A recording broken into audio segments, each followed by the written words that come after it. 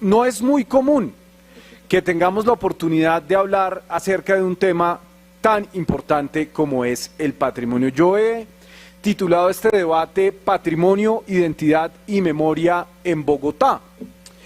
Y es un tema que es poco popular. Fíjese usted, señor secretario de Cultura, es tan poco popular que Consejo Cómo Vamos tomó la decisión de hacer un sistema de puntuación en donde esa organización privada le pone la agenda a este consejo y entonces da más puntos por hacer debates sobre desempleo, sobre seguridad, sobre lo que dicen ellos, que es lo que le importa a los bogotanos, pero da menos puntos por hacer debates sobre cultura. Entonces, como aquí muchos colegas pues dependen un poco de esa calificación para hacer política, a nadie le interesa este tema. Y es muy difícil que a uno le programen debates por la agenda del Consejo. Somos 45 concejales y algunos, por ejemplo, a pesar de estar en la oposición, no tenemos los derechos de la oposición por esas cosas de la política, y es muy difícil conseguir que se agenden debates. Y muy pocas veces se dedican los concejales a hablar de un tema tan importante como es el patrimonio, pero hoy lo vamos a poder hacer y además lo vamos a poder hacer con un tiempo bastante generoso, señora presidenta, y le agradezco muchísimo. Voy a comenzar con una introducción y después voy a pasar a 3 capítulos en donde vamos a hablar acerca de unas obras de infraestructura que se están adelantando en Bogotá y sobre cómo pueden estar afectando el patrimonio de todos los bogotanos. Y si bien es cierto que desde su conceptualización, el patrimonio, su conciencia y sus prácticas han venido evolucionando constantemente, fíjense ustedes que esto dificulta su identificación y su protección. Alguna práctica que hacen, les agradezco en la mesa si pueden hacer silencio, señora secretaria, muchas gracias. Algo que podría haber sido considerado hace 50 años como protección al patrimonio, esa misma acción hoy podría considerarse un atentado contra el patrimonio. Y aquí tengo una cita, siguiente, de André Malraux, que probablemente la secretaria lo conoce, que dice lo siguiente: Versalles, construido por el rey, conquistado por el pueblo y salvado por la nación. Bella, ¿no? Es bella. Durante la Revolución Francesa, ese concepto de patrimonio cultural se consolidó a través de las nuevas propiedades públicas que se le confiscaron a la Iglesia y a la corona y que el Estado revolucionario le devolvió al pueblo con la intención de convertirla en una herramienta para la educación de los ciudadanos y de la construcción de un sentimiento patriótico. Y esa concepción institucional, y podemos decir, señor secretario, patriótica del patrimonio, fue la que estuvo vigente por buena parte, por el siglo XIX y buena parte del siglo XX. Y se personifica en los monumentos históricos, en los monumentos materiales. Colegas, esos monumentos, concejal Diago, que seguramente a muchos les ha molestado ver cómo se han venido destruyendo y atacando en los procesos que se han dado en los últimos años en Colombia, esos monumentos físicos que son bombardeados por las palomas día y noche, ¿cierto?, en las ciudades. Pero hoy en día ese concepto de patrimonio se ha ampliado sustancialmente con el impulso de la UNESCO, pero pues esto nos ha llevado a que hoy podamos hablar de patrimonios muy diversos, de patrimonio inmueble, de patrimonio material, de patrimonio natural, de patrimonio paisajístico, de patrimonios inmateriales en los que, debo reconocer, esta Secretaría y este instituto han hecho especial énfasis, y también en patrimonios a muchas escalas: patrimonio de la humanidad, patrimonio nacional, patrimonio local, patrimonio comunitario. Pero aún con esta nueva importancia que ha tomado el patrimonio en el mundo, su reconocimiento, su protección y su salvaguardia en Bogotá pues sigue muy en veremos. Aquí en Bogotá, y eso lo puedo decir categóricamente, no existe una voluntad política real para darle al patrimonio el lugar que se merece en la ciudad y por supuesto en lo que nos compete a nosotros, que es la política pública. Y bueno, pues yo me pregunto por qué hay tanto desamor por el patrimonio en esta administración, porque lo hay y voy a comprobar. El primer capítulo es identidad y memoria. Lo que podemos llamar memoria hace parte de una rememoración del pasado y nos permite construir algo que es clave y es una identidad colectiva histórica. Y debemos reconocer también aquí señores de la administración, que no construir una memoria sobre el pasado de una sociedad tan compleja y tan conflictiva como es la nuestra, pues implica en cierta medida vivir en un falso presente, en donde aquí todos presumen que son inocentes sobre un sufrimiento al que hemos estado bastante acostumbrados, concejal Marco. Aquí nadie se acuerda de lo que ha pasado, ni siquiera en un pasado muy reciente. Aquí nadie se acuerda y por lo tanto, pues nadie es responsable tampoco de lo que pasó. Y eso lo vemos. Por ejemplo, concejal Marisol, usted que es una firme defensora de los procesos de paz, en lo que está pasando hoy con esta búsqueda de memoria del conflicto reciente que ha vivido el país. Aquí hay un perpetuo enfrentamiento entre una narrativa que quiere crear el poder y las personas que efectivamente la viven. La dirigencia política colombiana ha sido experta en omitir la trascendencia de los acontecimientos que ha habido en el pasado. Y esto ha impulsado una fuerza activa que incluso ha sido capaz de silenciar la historia misma de lo que ha sucedido en Colombia. Desde esta memoria oficial, que es pues la que defiende el gobierno, es una memoria oficial construida sobre una épica de los vencedores en donde se trata de borrar el sufrimiento de quienes han sido derrotados en la guerra. Y esto ha pasado en este territorio desde siempre, concejal Ati, desde los conquistadores, los próceres, fundadores de repúblicas, las figuras emancipadoras de todo el periodo republicano, hasta los supuestos grandes colombianos, que bueno, pues en tiempos más recientes han aparecido. Aquí todos han masacrado a sus propios conciudadanos y el patrón se sigue repitiendo.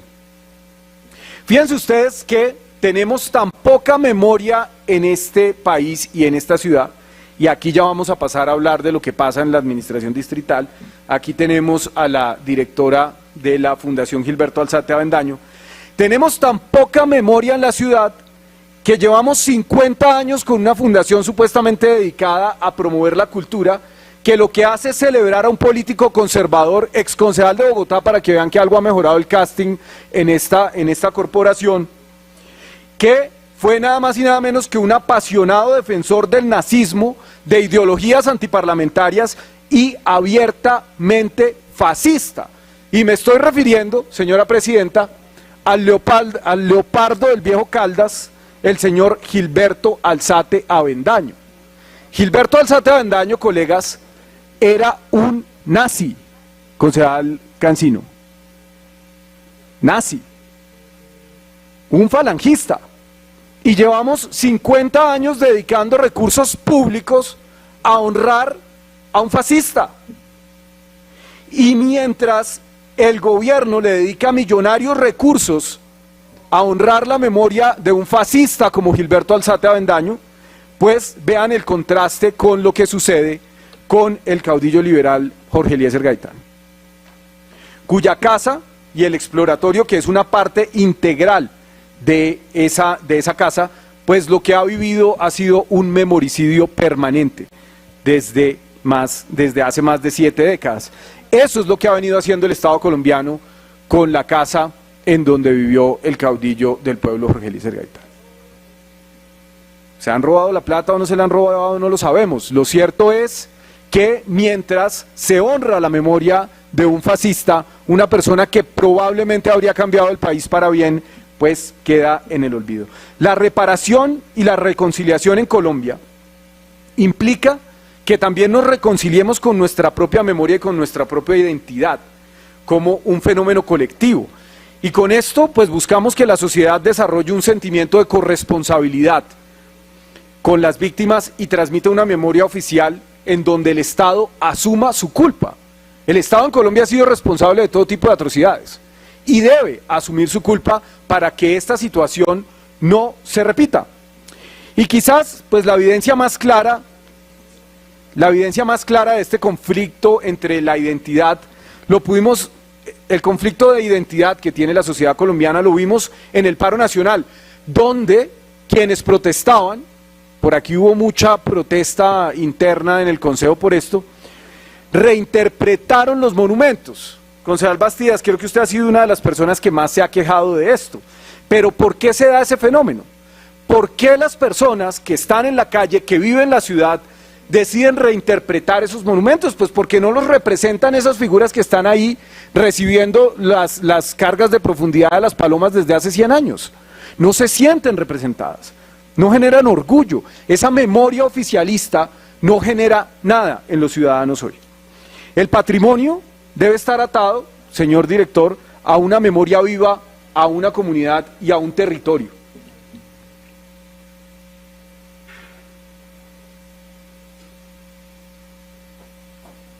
Aquí vamos a hablar de los problemas que hay hoy en la ciudad.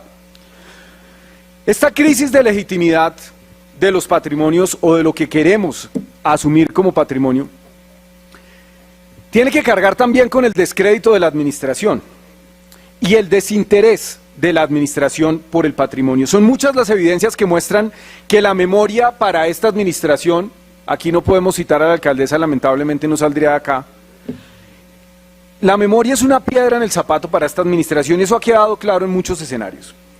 Le han querido vender a los bogotanos aquí un falso dilema entre infraestructura y preservación del patrimonio, como si acaso tuviéramos que escoger lo uno o lo otro, y eso no es así. Una práctica común en esta administración y en las entidades es que se lavan las manos, señora secretaria de Planeación, y le transfieren la responsabilidad de proteger y cuidar ese patrimonio al contratista de diseño o al contratista de obra.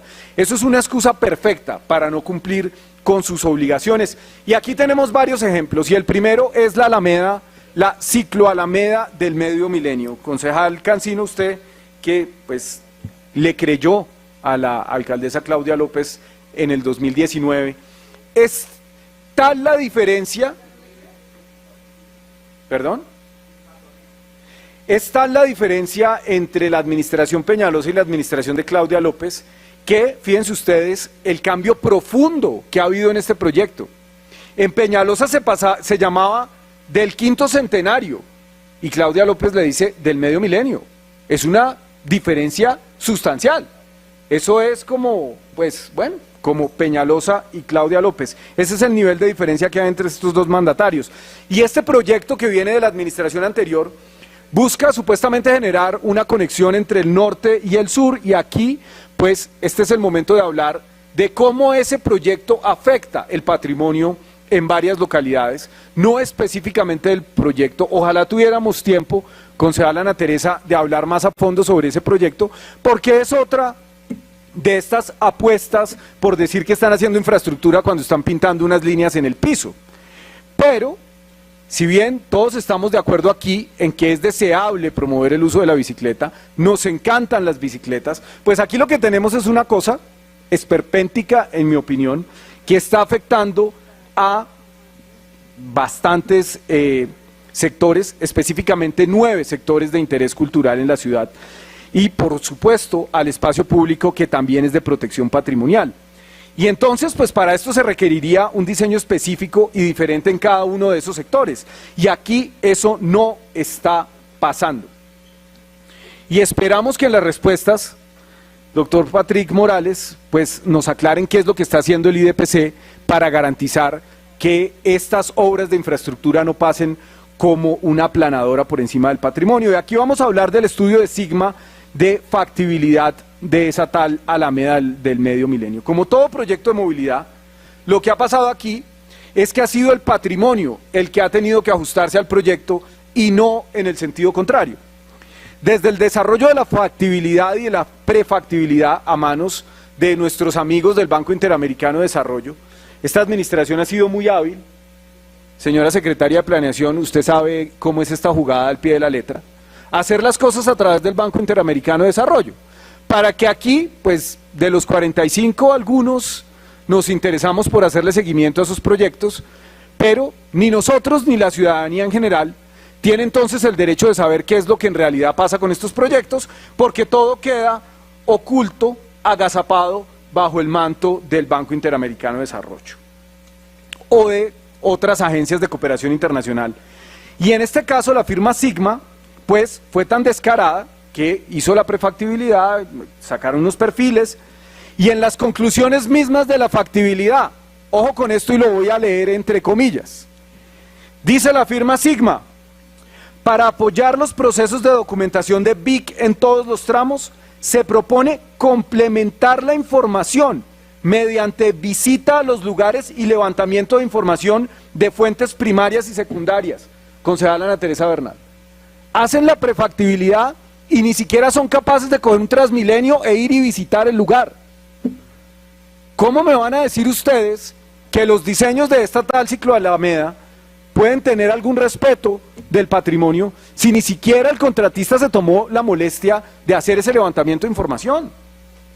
Entonces, lo que quiere decir esto es que para el momento en el que se entrega esto, el contratista no tenía la información suficiente para determinar cuál iba a ser el impacto de este proyecto sobre los SIC y los BIC que se van a afectar. ¿Cómo puede empezar así un proyecto? Yo les pregunto esto a la señora secretaria. Bueno, no está el señor director del IDU, pero sí está el director del Instituto de Patrimonio y el secretario de Cultura. ¿Cómo empieza un proyecto cuando el contratista que lo hace ni siquiera es capaz de tener la mínima información? ¿Qué garantía hay aquí de que se va a respetar el patrimonio? El mismo IDPC, fíjense ustedes, porque aquí pues yo no hablo sobre especulaciones, yo hablo sobre las respuestas que la administración da.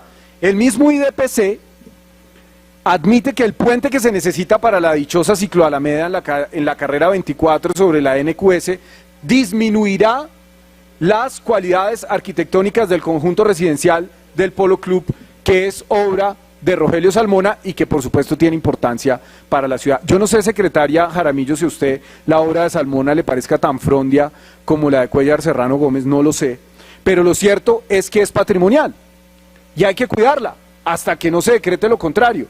Si después nos sale que Salmona tiene una hija fuera del matrimonio como García Márquez, no sé qué, y cae en desuso el respeto por su figura, pues lo desafectarán, pero hoy es patrimonial y debe cuidarse, y le van a atravesar un puente enfrente, un puente que ¿cómo va a ser? ¿Un puente que se diseña de acuerdo a las necesidades de la protección de ese patrimonio? Pues no.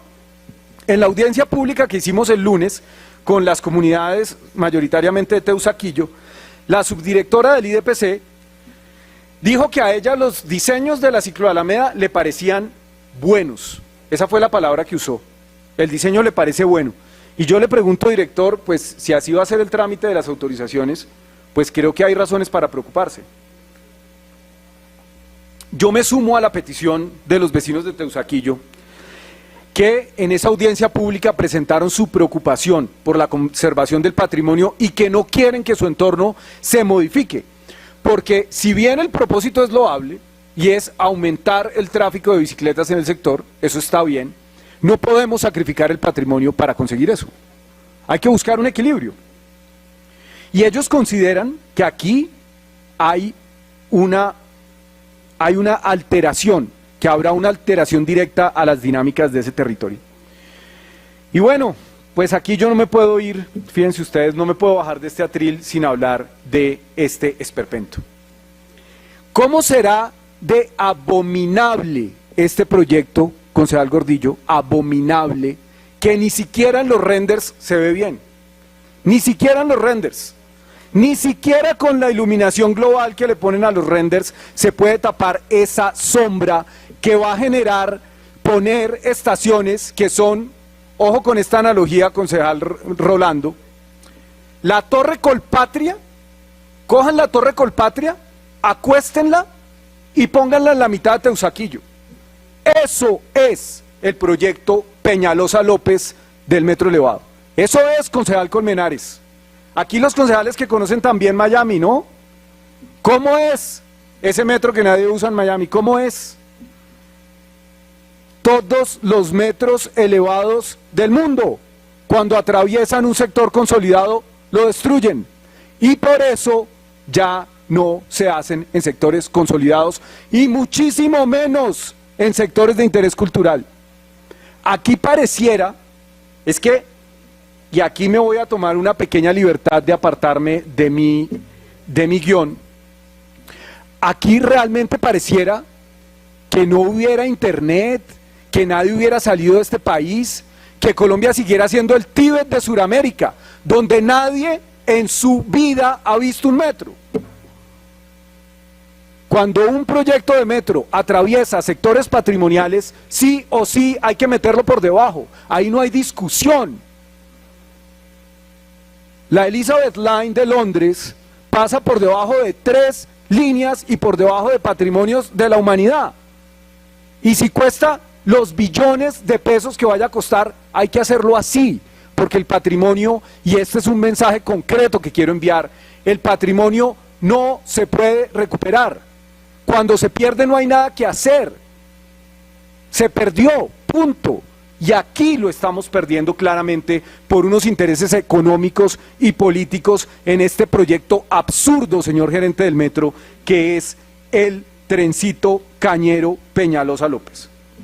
Ya vamos a tener debates específicamente sobre ese tema, pero no podía dejar de hacer este paréntesis para hablar de lo equivocado que es acostar una torre colpatria, de hecho son varias, en Teusaquillo, donde hay zonas de interés cultural y que son patrimoniales. No solamente sacrificaron el monumento a los héroes, que les parecía muy feo, y ahí sí les parecía facho, fíjense ustedes. Entonces, el monumento a los héroes, que sí tiene un origen de naturaleza fascista, de un régimen militar, pero que fue reinterpretado por las mismas ciudadanías, ese sí les parecía facho y ese sí hay que tumbarlo, pero a la memoria de Gilberto Alzate Avendaño la podemos seguir financiando durante medio siglo. ¿Qué pasó en el Monumento a los Héroes? En el Monumento a los Héroes, sobre todo los jóvenes de Bogotá, se reapropiaron de ese monumento y lo convirtieron en un monumento a la resistencia, en un monumento de protesta contra el nefasto gobierno de Iván Duque. ¿Y qué hicieron? Le pasaron el bulldozer, señor gerente del metro. ¿Y para qué? Para hacer un parqueadero de trenes elevado, porque no es para nada más. La Torre Colpatria acostada, la estación, está en la calle 76, no en Los Héroes. Entonces, nuevamente, yo vengo diciendo esto desde hace 4 años o más, hay que aclararle a la ciudad que lo que vamos a tener donde estuvo alguna vez el Monumento a los Héroes es un parqueadero de trenes, es una cola de maniobras para que esos trenecitos se puedan devolver.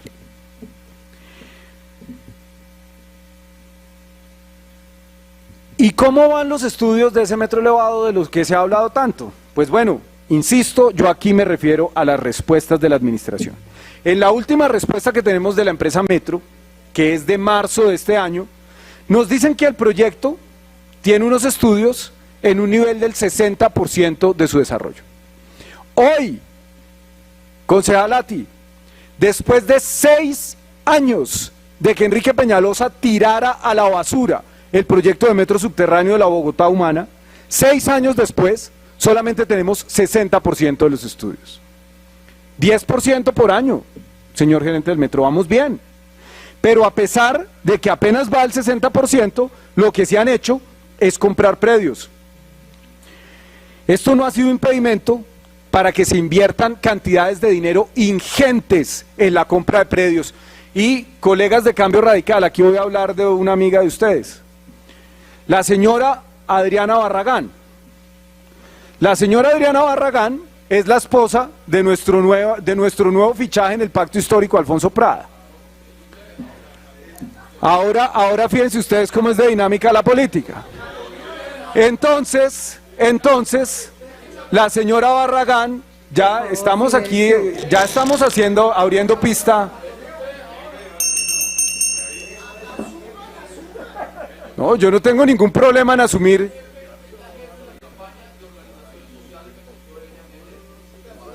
Aquí tenemos albricias. Tenemos albricias. Me voy a referir a la señora Barragán, y ustedes saben que yo no reconozco en Gustavo Petro, mi jefe político, entonces puedo decir lo que se me antoje.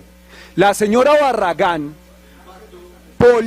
polémica señora Barragán, esposa del ultrapolémico Alfonso Prada, muy amigo aquí de algunos sectores verdes y de Cambio Radical, y ahora muy amigo del Pacto Histórico, lamentablemente.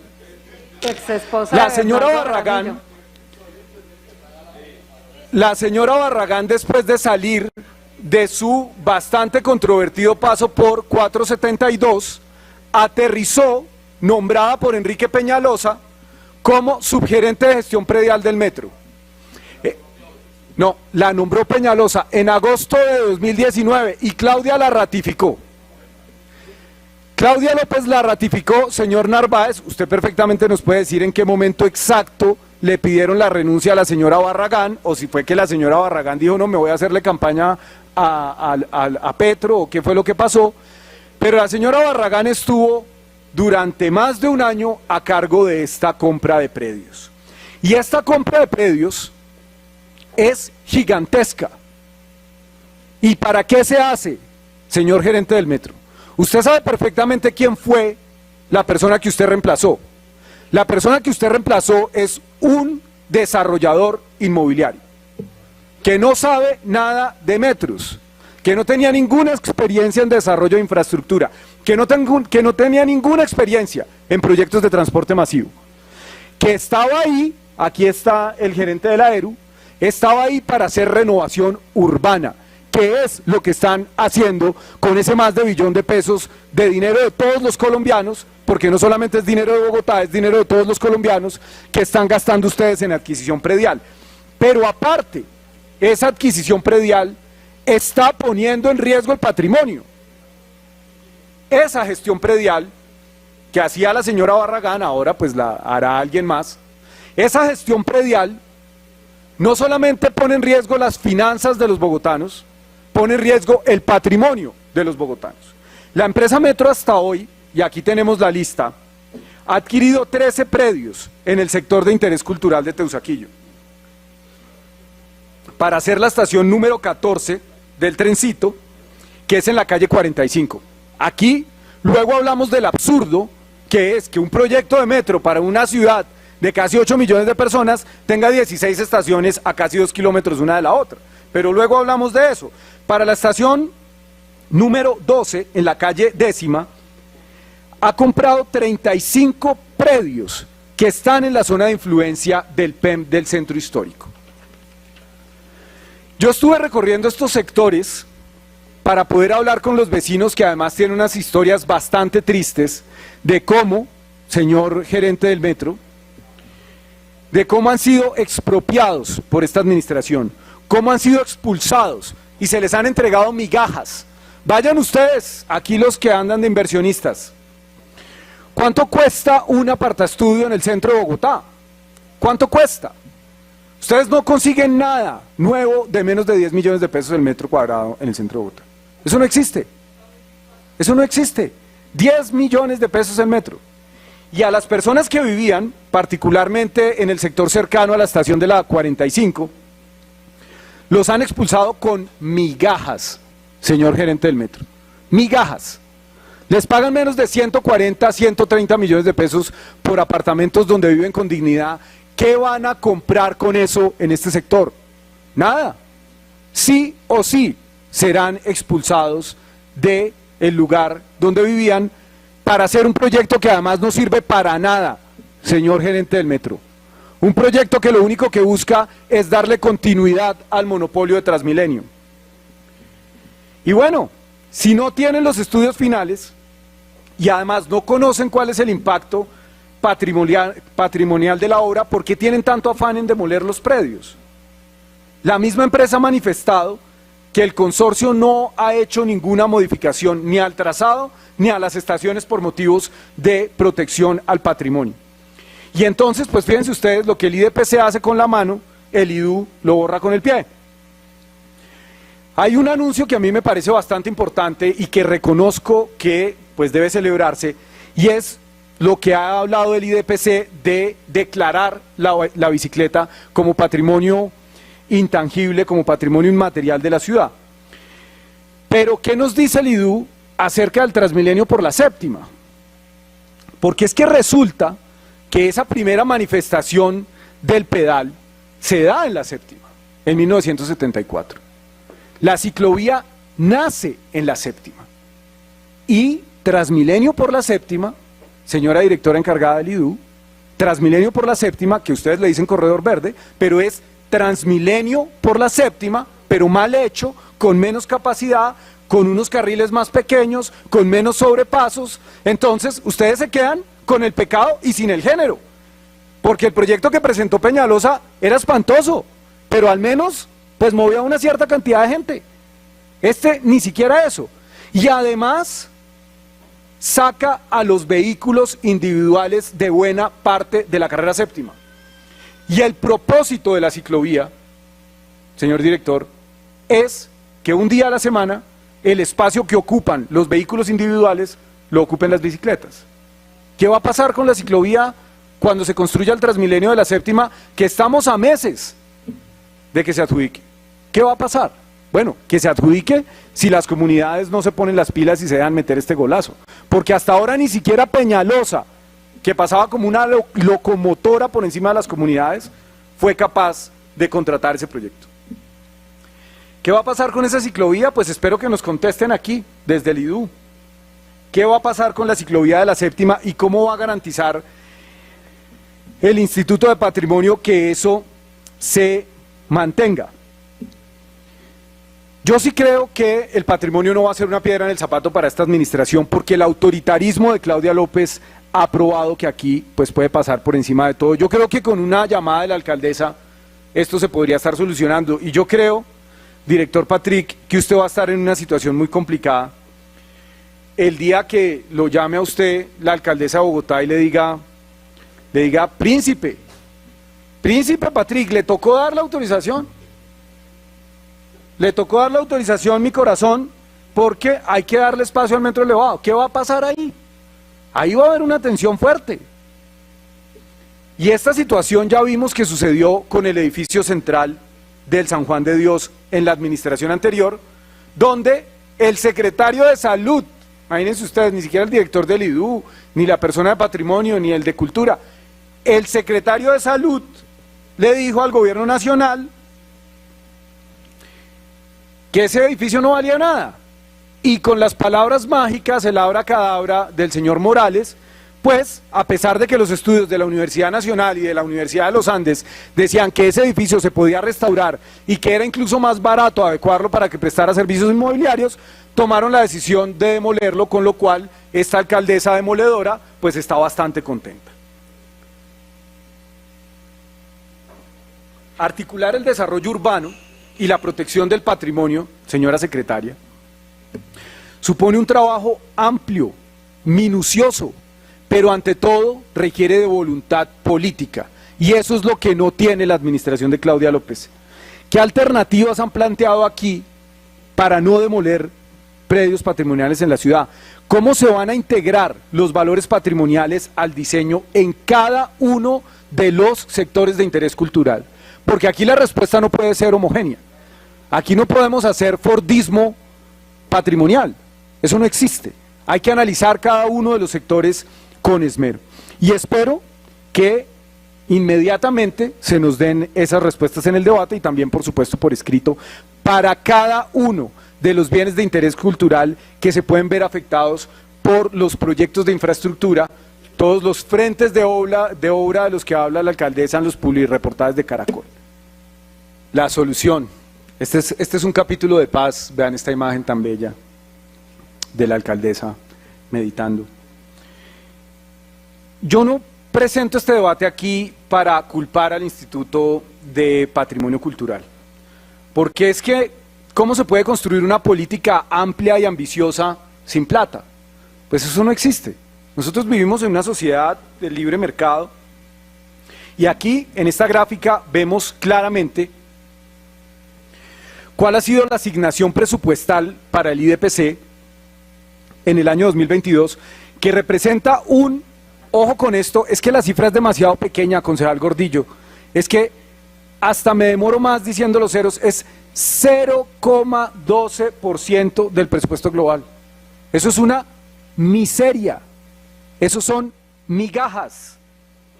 Es la misma del año 2021, y pues claramente no se pueden llevar a cabo acciones fuertes, concretas, mucho menos ambiciosas acerca del patrimonio, con estos recursos tan líchigos.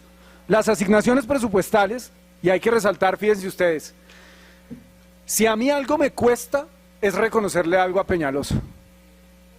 Eso sí que me cuesta. Y aquí tengo que reconocerle a Peñalosa que hasta Peñalosa le dio más plata al instituto que la alcaldía cuidadora de Claudia López.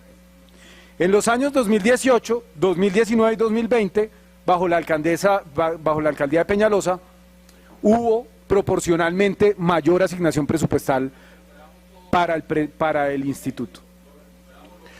Por supuesto, en la administración de la Bogotá Humana hubo más, pero podemos afirmar, viendo las cifras, que las asignaciones presupuestales al Instituto Distrital de Patrimonio son las más bajas en los últimos 10 años.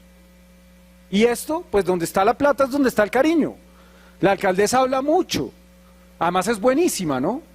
Ustedes saben, la alcaldesa y su capacidad histriónica, llora, grita, habla a la mamá, pero donde pone la plata es en donde tiene los intereses gremiales. No hay plata para el Instituto de Patrimonio. Y bueno, también quiero resaltar otras cosas que he tenido la oportunidad de visitar. El proyecto de columbarios que se está recuperando en este momento, la obra de Beatriz González, que es muy importante, los invito además a que la visiten, y el Museo de la Ciudad Autoconstruida. Colegas, la próxima vez que vayan a hacer política estrechando manos en Ciudad Bolívar, la próxima vez que vayan a llevar regalos allá, no sé, a visitar las comunidades, un líder de Ciudad Bolívar, la próxima vez que suban, vayan al Museo de la Ciudad Autoconstruida. Es un espacio muy interesante que se ha venido desarrollando y que finalmente se terminó en este gobierno. Y también quiero resaltar, arrancó en la administración de Gustavo Petro, concejal Bastidas, sí. Bueno, pues no lo pudo tumbar. Lo creó Gustavo Petro, sí, aquí hay que dar los créditos a la gente. Igualmente resalto el trabajo que se ha venido haciendo en el PEM de Teusaquillo, que es el primer PEM hecho a nivel distrital, pero fíjense ustedes que hay unas contradicciones muy importantes entre el PEM de Teusaquillo y el POT decretado, señora secretaria de Planeación, su decreto 666 de diciembre del 2021, y mientras el PEM reconoce que es necesaria la conservación de algunos sectores, por otro lado el POT lo que propone es hacer renovación urbana. Y el caso es muy claro aquí en nuestros vecinos del Parkway o del barrio Las Américas. Fíjense ustedes que el POT decretado convierte esos sectores de la ciudad en áreas de actividad estructurante.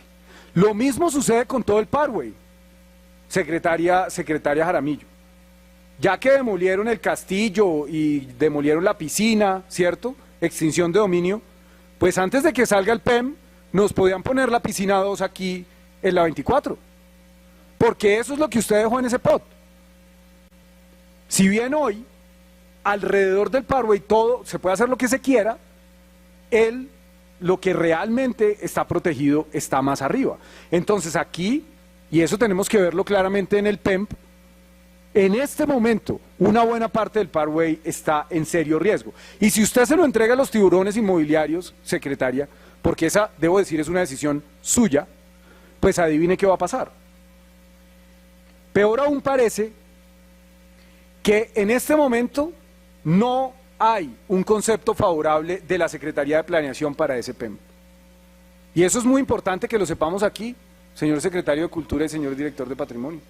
Este es el momento para que ustedes, nuevamente, como las albricias aquí que nos trajo el concejal Rolando de estas nuevas adquisiciones de la campaña del Pacto Histórico, ustedes nos pueden traer las albricias de que ya hay humo blanco entre la Secretaría de Planeación y el Instituto, y que efectivamente usted, secretaria, le va a dar el visto bueno a ese PEM, para tranquilidad de los habitantes del sector. Finalmente, hablar de la estructura integradora de patrimonios. Pues bueno, aquí las mismas respuestas de la Secretaría dejan claros que la estructura integradora de patrimonios pues es una buena intención, pero tampoco se concreta en mayor cosa. Aquí, y me voy a permitir leerlo entre comillas, la respuesta que usted da, señora secretaria. En el POT no se plantean objetivos, metas y recursos específicos para la protección de cada uno de los componentes de la estructura integradora de patrimonio de manera independiente y específica.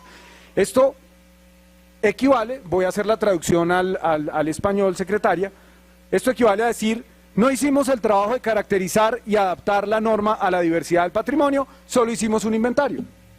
Eso es básicamente la respuesta. Usted me dirá si me estoy tomando demasiada libertad con la traducción que hago de respuesta de derecho de petición al español. Porque es que no es lo mismo el Polo Club que en Antigua. Ustedes tienen que caracterizar cada uno de esos y no lo hicieron en el POT.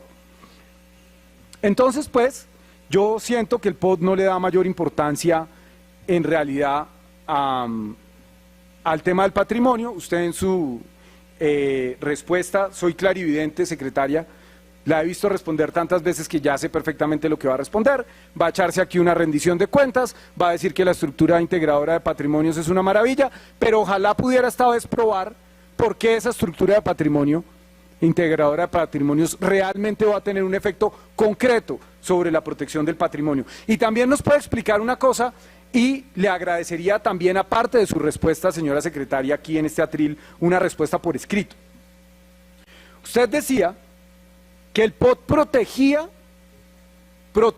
el patrimonio porque densificaba los bordes de los sectores de interés cultural. Esa ha sido una de las teorías que ustedes han defendido. Y así quedó en el decreto. Entonces usted nos puede explicar, señora secretaria, cómo es que densificar los bordes de los sectores de interés cultural con renovación urbana pura y dura, es decir, con esas torres de 20 pisos, de fachadas de palitos, que tanto dinero le hacen ganar a Camacol, cómo esa densificación con renovación pura y dura logra la protección de los sectores de interés cultural, porque yo hasta ahora no lo he podido entender, señora secretaria. No lo he podido entender. Quizás usted tiene alguna teoría más desarrollada para podernos explicar cómo llenar el borde de lo que está protegido de torres es proteger el patrimonio. El único cariño que se ve de parte de esta administración hacia el patrimonio, pues es en donde se generan recursos económicos. Y me disculparán, señora presidenta, me estoy pasando un poco de tiempo, pero le agradezco si me da 5 minutos más para no quitarle tiempo a nuestra invitada tan especial que tenemos. Aquí hay una mercantilización del patrimonio, director Patrick. Pareciera que aquí solamente les importa lo que puede ser atractivo para el turismo, a la administración, lo que puede generar economía naranja, lo que puede generar recursos económicos. Aquí eso, si bien yo no desconozco que hay una relación entre el turismo y la protección del patrimonio, ese no puede ser el único tema que consideremos. Los turistas deben venir a disfrutar de esa consolidación del patrimonio, no hacer la razón por la cual se consolide, porque vamos a terminar museificando el patrimonio y vamos a terminar buscando unas aproximaciones, incluso artificiales, a lo que demanda el mercado turístico. Y termino, voy a saltarme las conclusiones, las voy a dejar para la siguiente parte, señora presidenta, para que tengamos tiempo de que hable el resto de la bancada y la invitada. Funcionarios, yo creo que aquí todos ustedes que seguramente antes de ser funcionarios tenían tiempo para ver películas, habrán visto esta obra tan importante de García Berlanga, Bienvenido Mr. Marshall. Eso es lo que puede pasar. Esa caracterización artificial, esa búsqueda de presentarle a los turistas lo que el americano con aeroplanos quiere ver. Ese pueblo artificial que crea la película de Berlanga buscaba adaptarse a lo que querían los gringos. Y eso es una de las consecuencias que puede darse cuando el factor económico, cuando el factor de promover el turismo tiene un protagonismo tan grande como el que al parecer tiene en estas posturas de esta administración. Muchas gracias, señora presidenta.